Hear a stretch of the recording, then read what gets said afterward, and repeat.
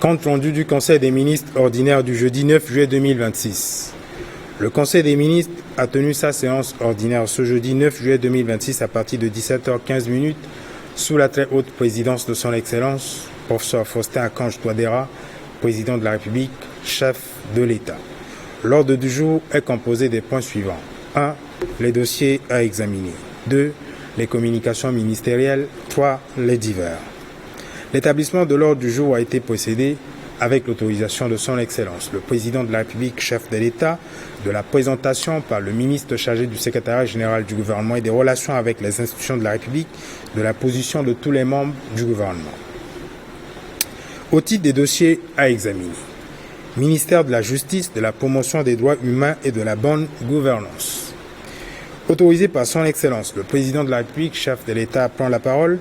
Le ministre d'État chargé de la Justice, de la promotion des droits humains et de la bonne gouvernance, garde des Sceaux, a soumis à l'examen du Conseil 2 dossiers. Le premier dossier est un projet de loi autorisant la ratification du protocole facultatif se rapportant au pacte international relatif aux droits civils et politiques visant l'abolition de la peine de mort. Le protocole facultatif se rapportant au pacte international sur les droits civils et politiques visant l'abolition de la peine de mort a été adopté par l'Organisation des Nations Unies le 15 décembre 1989 et est entré en vigueur en 1991.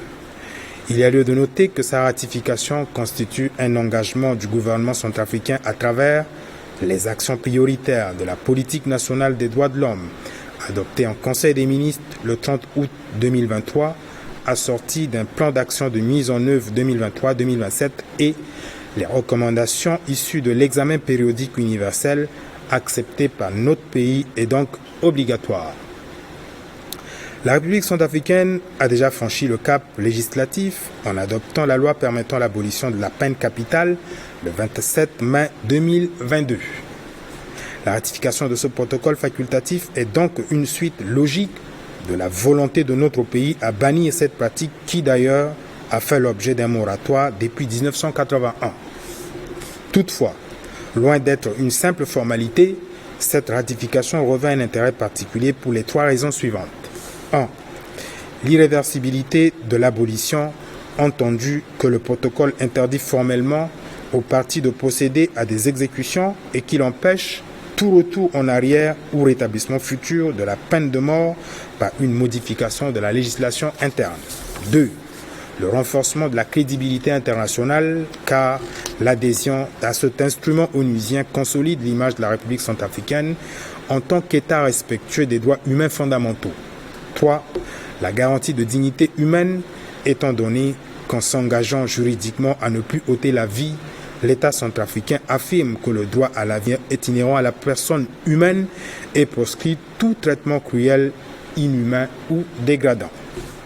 Au regard de ce qui précède, le ministre d'État chargé de la Justice, de la promotion des droits humains et de la bonne gouvernance, garde des Sceaux, a sollicité du Conseil l'adoption du projet de loi de ratification.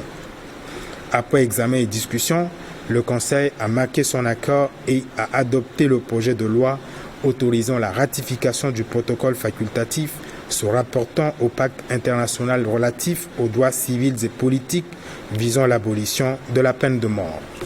Le gouvernement en assurera la défense devant l'Assemblée nationale.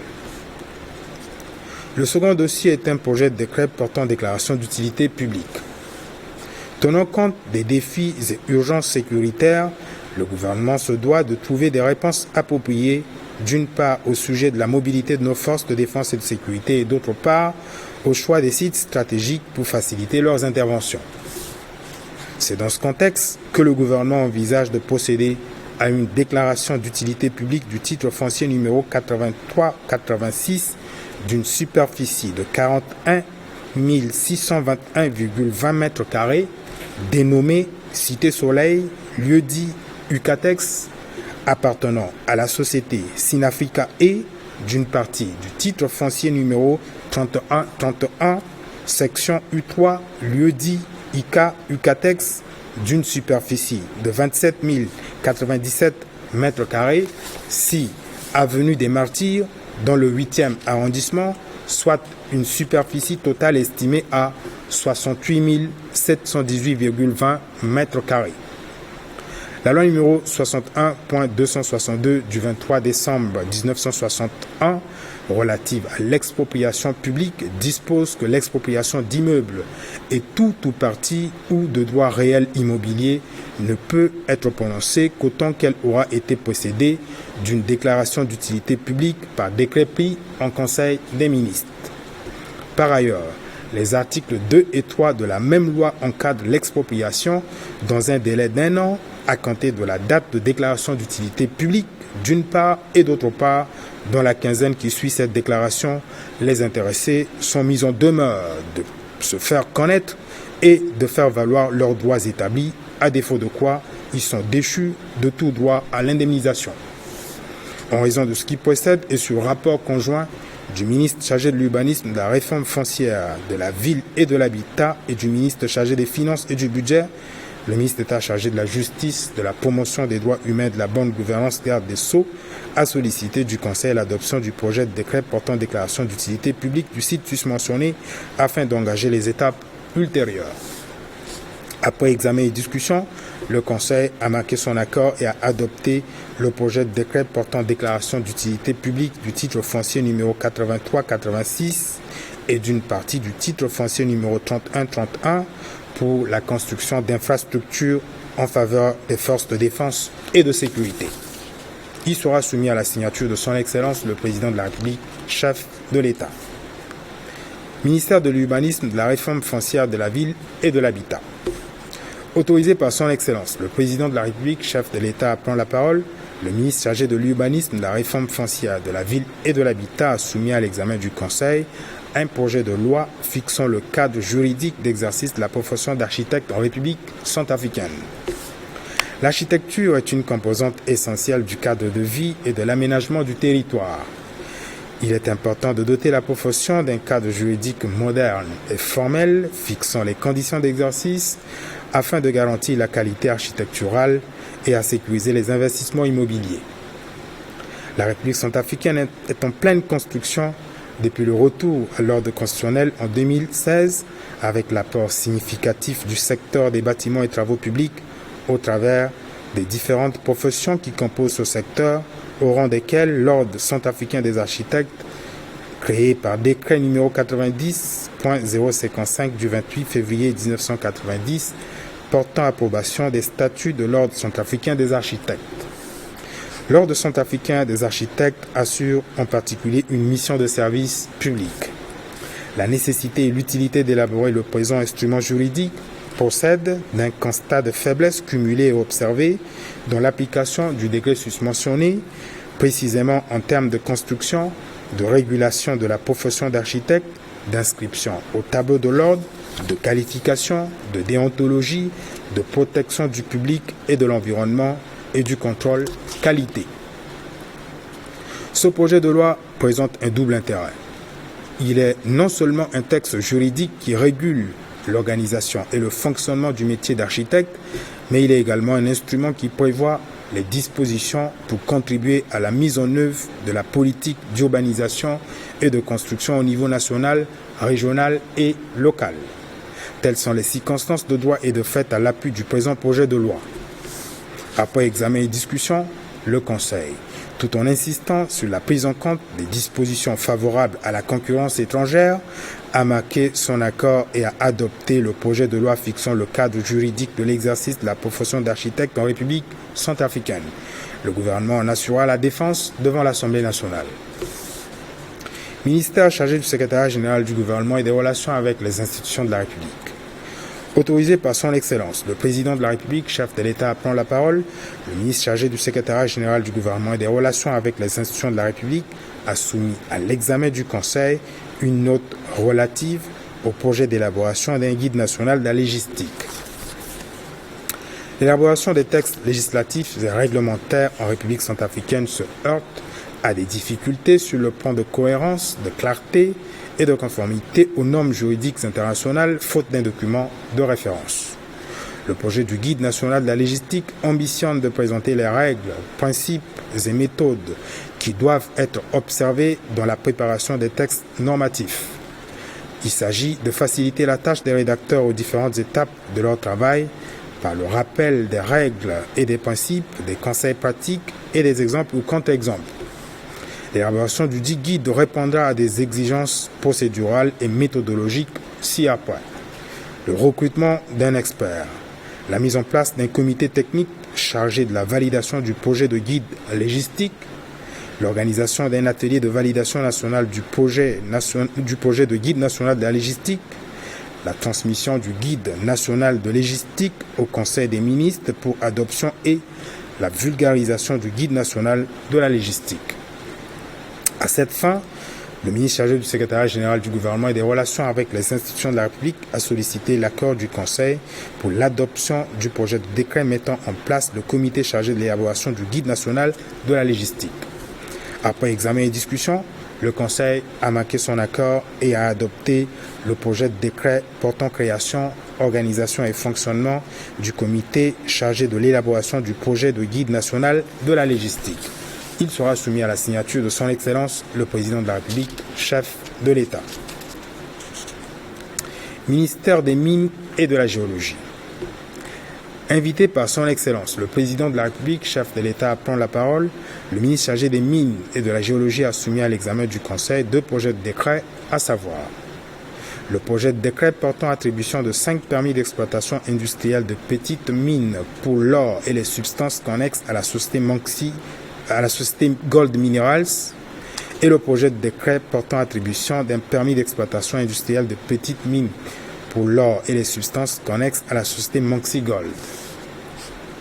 La loi numéro 24.008 du 21 août 2024 portant Code minier de la République centrafricaine dispose en son article 94 que l'octroi d'un permis d'exploitation industrielle est subordonné à la signature d'une convention minière entre l'État et la société d'exploitation créée par le titulaire du permis de recherche pour l'exploitation du gisement découvert. De plus, en son article 425, la loi prévoit que l'octroi du permis d'exploitation industrielle donne lieu à l'attribution gratuite et en pleine propriété à l'État de 10% du capital social de la société d'exploitation libre de toute charge. En outre, pour toute demande de permis d'exploitation industrielle, il est prescrit de fournir un plan de développement et d'exploitation du gisement et un rapport d'étude de faisabilité démontrant l'existence d'un gisement économiquement exploitable, entendu que l'étude doit être approuvée par l'émission d'un certificat de conformité environnementale délivré par le ministère de l'Environnement et du Développement durable. Il convient de relever que les demandes d'attribution de permis d'exploitation industrielle de petites mines formulées par la société Gold Minerals et la société Moxie Gold, régulièrement inscrites au registre du commerce et de crédit immobilier, répondent aux conditions prescrites par la réglementation minière en vigueur. Aussi, les deux requérants ont fourni, chacun en ce qui le concerne, la preuve de paiement des droits fixes de demande d'octroi du permis d'exploitation industrielle. En conséquence, le ministre chargé des Mines et de la Géologie a sollicité du Conseil l'adoption des deux projets de décret. Après examen et discussion, le Conseil a marqué son accord et a adopté le projet de décret portant attribution de 5 permis d'exploitation industrielle de petites mines pour l'or et les substances connexes à la société Gold Minerals et le projet de décret portant attribution d'un permis d'exploitation industrielle de petites mines pour l'or et les substances connexes à la société Moxie Gold. Ils seront soumis à la signature de son Excellence, le Président de la République, chef de l'État. Au titre des communications ministérielles, le ministre chargé du secrétariat général du gouvernement et des relations avec les institutions de la République a présenté au Conseil une note relative à l'organisation sur orientation et sous l'autorité de M. le Premier ministre, chef du gouvernement, d'un atelier de réflexion sur la protection des corridors économiques en République centrafricaine. Le projet d'organisation de cet atelier a pour objectif la mise en place d'un cadre stratégique, institutionnel et opérationnel visant à améliorer la gestion, la fluidité et la durabilité des corridors routiers en proposant des réformes institutionnelles, juridiques et financières tout en optimisant l'ensemble des coûts de la chaîne logistique. Aujourd'hui, les ressources du Fonds d'entretien routier ne permettent pas de construire et de préserver les routes centrafricaines. Cependant, leur efficacité est souvent freinée par des par des barrières tarifaires et non tarifaires, la dégradation prématurée des infrastructures, la multiplicité des postes de contrôle et des procédures douanières inadaptées. Il est impératif de restructurer la gouvernance et de redynamiser ces axes pour soutenir le commerce intrarégional. Les corridors routiers constituent le moteur du commerce régional. Cependant, le coût élevé de la chaîne logistique, amplifié par les délais de transport, les taxes multiples, l'inefficacité des plateformes de groupage et le manque de modernisation des flottes pèsent lourdement sur le prix des marchandises. Cet atelier doit permettre de poser les bases d'une stratégie régionale pour réduire ces coûts logistiques cachés ou superflus et améliorer la compétitivité globale de l'économie tout en tirant avantage des infrastructures socio-économiques de base le long des corridors afin d'apporter des réponses concrètes aux populations. L'atelier vise, entre autres objectifs spécifiques, à établir un diagnostic partagé, documenté et hiérarchisé des contraintes affectant la performance des corridors, notamment en matière de sécurité, d'infrastructures, de procédures, de coûts logistiques et de gouvernance. Identifier et proposer les mesures institutionnelles, réglementaires et opérationnelles permettant de réduire les barrières non tarifaires, les pratiques anormales et les délais excessifs de transit. Formuler une feuille de route de digitalisation de la chaîne logistique et des opérations de transit, incluant l'interconnexion des systèmes, la dématérialisation documentaire et le suivi des cargaisons. Améliorer les dispositifs de sécurité et de service des corridors et optimiser le coût et le délai de la chaîne logistique. L'atelier sera organisé sur 3 jours, du 15 au 17 juillet 2026 et rassemblera les participants venant de tous les départements ministériels concernés par les axes numéro 1 et numéro 3 du Plan national de développement de la République centrafricaine, de l'Union africaine et de la Commission de la CEMAC, des partenaires techniques et financiers, des acteurs privés du transport et de la logistique, de la Facilité africaine de soutien juridique et d'expertise France, des gestionnaires de la plateforme logistique de Port Sec, les commissionnaires agréés en douane et les transitaires, ainsi que les centrales syndicales. Le Conseil en a pris acte. Madame le ministre chargée de la promotion du genre, de la protection de la femme, de la famille et de l'enfant, en lieu et place du ministre chargé de la santé et de la population en mission, a présenté au Conseil une communication portant d'une part sur l'épidémie de choléra et d'autre part sur la préparation de la République centrafricaine face à la menace d'importation de la maladie à virus Ebola. Concernant l'épidémie de choléra, la République centrafricaine a enregistré à ce jour 249 cas suspects et 24 décès communautaires. 8 nouveaux cas suspects sont enregistrés à Mongumba et 5 nouveaux cas à Bangui avec un décès en pédiatrie et un autre décès à l'hôpital communautaire. S'agissant de la menace d'importation de la maladie à virus Ebola, selon l'Organisation mondiale de la santé, la République démocratique du Congo a enregistré 1307 cas confirmés, 337 décès et 100 guéris. L'Ouganda a enregistré 21 cas confirmés, 3 décès et 14 guéris. Concernant la situation au point d'entrée, le contrôle a enregistré 23 237 voyageurs dans notre pays, parmi lesquels 18 ont une température supérieure à 38 degrés Celsius. Dans les hôpitaux de Bangui, le contrôle de température indique 12 395 malades, dont 2 cas suspects avec des résultats négatifs. Le Conseil en a pris acte. Le ministre chargé de l'administration du territoire, de la décentralisation et du développement local, coordonnateur de l'opération Kwati-Kodro, a rendu compte au Conseil des activités de l'opération Kwati-Kodro du samedi 4 juillet 2026.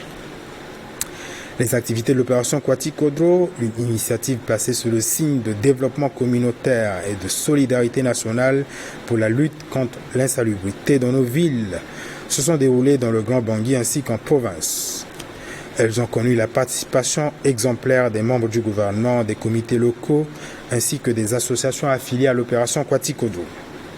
Dans le Grand Bangui, dans le 4e arrondissement, les activités de salubrité se sont déroulées sur l'avenue de l'Indépendance, précisément au lycée de Gobongo et au niveau du site de l'ENERCA Gobongo, avec la participation de M. le Premier ministre, chef du gouvernement, assisté du ministre d'État chargé de l'Éducation nationale, du ministre chargé des Mines et de la Géologie, du ministre de la Défense nationale et de la Reconstruction de l'armée, du ministre de l'Intérieur et de la Sécurité publique, du ministre chargé de l'Agriculture et du Développement rural, du ministre chargé de l'Élevage et de la Santé animale, du sous-préfet de Bangui-Kaga et du maire du 4e arrondissement, suivi des conseillers municipaux, des chefs de quartier et des comités locaux, ainsi que la coordination technique de l'opération Kwati-Kodro.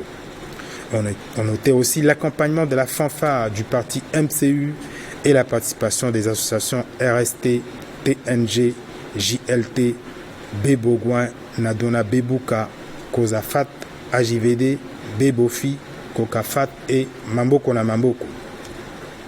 Dans les 8 autres arrondissements de Bangui, des activités de curage et de ramassage d'ordures ont connu l'implication citoyenne des membres du gouvernement, du personnel du ministère chargé de l'équipement et des travaux publics, de l'amicale des femmes et cadres du parti MCU, du ministère de l'administration du territoire, de la décentralisation et du développement local, de la direction générale de protection civile, du personnel du ministère des Arts, de la culture et du tourisme, du personnel de la sous-préfecture de Bangui Centre, du personnel du ministère du désarmement, de la démobilisation, du rapatriement et de la réinsertion, du personnel du ministère de l'enseignement supérieur, de la recherche scientifique et de l'innovation technologique, du staff rectoral de l'Université de Bangui et des associations affiliées à l'opération Kwati-Kodro avec l'appui logistique de l'Office national du matériel. À Bimbo, dans la sous-préfecture de Bangui-Fleuve, et à Bégua, dans la sous-préfecture de Bangui-Kaga, l'opération Kwati-Kodro a connu l'implication des autorités locales, de la jeunesse et des associations engagées avec l'appui logistique de la coordination technique de l'opération Kwati-Kodro. En province, l'opération Kwati-Kodro s'est déroulée à Buka, Karno, Bria, Bangassou, Kwango, Ndjoukou, Berberati, Bambari, Bois, Pawa, Sibut et Ndélé, sous la supervision des préfets des différentes circonscriptions administratives. Le Conseil en a pris acte.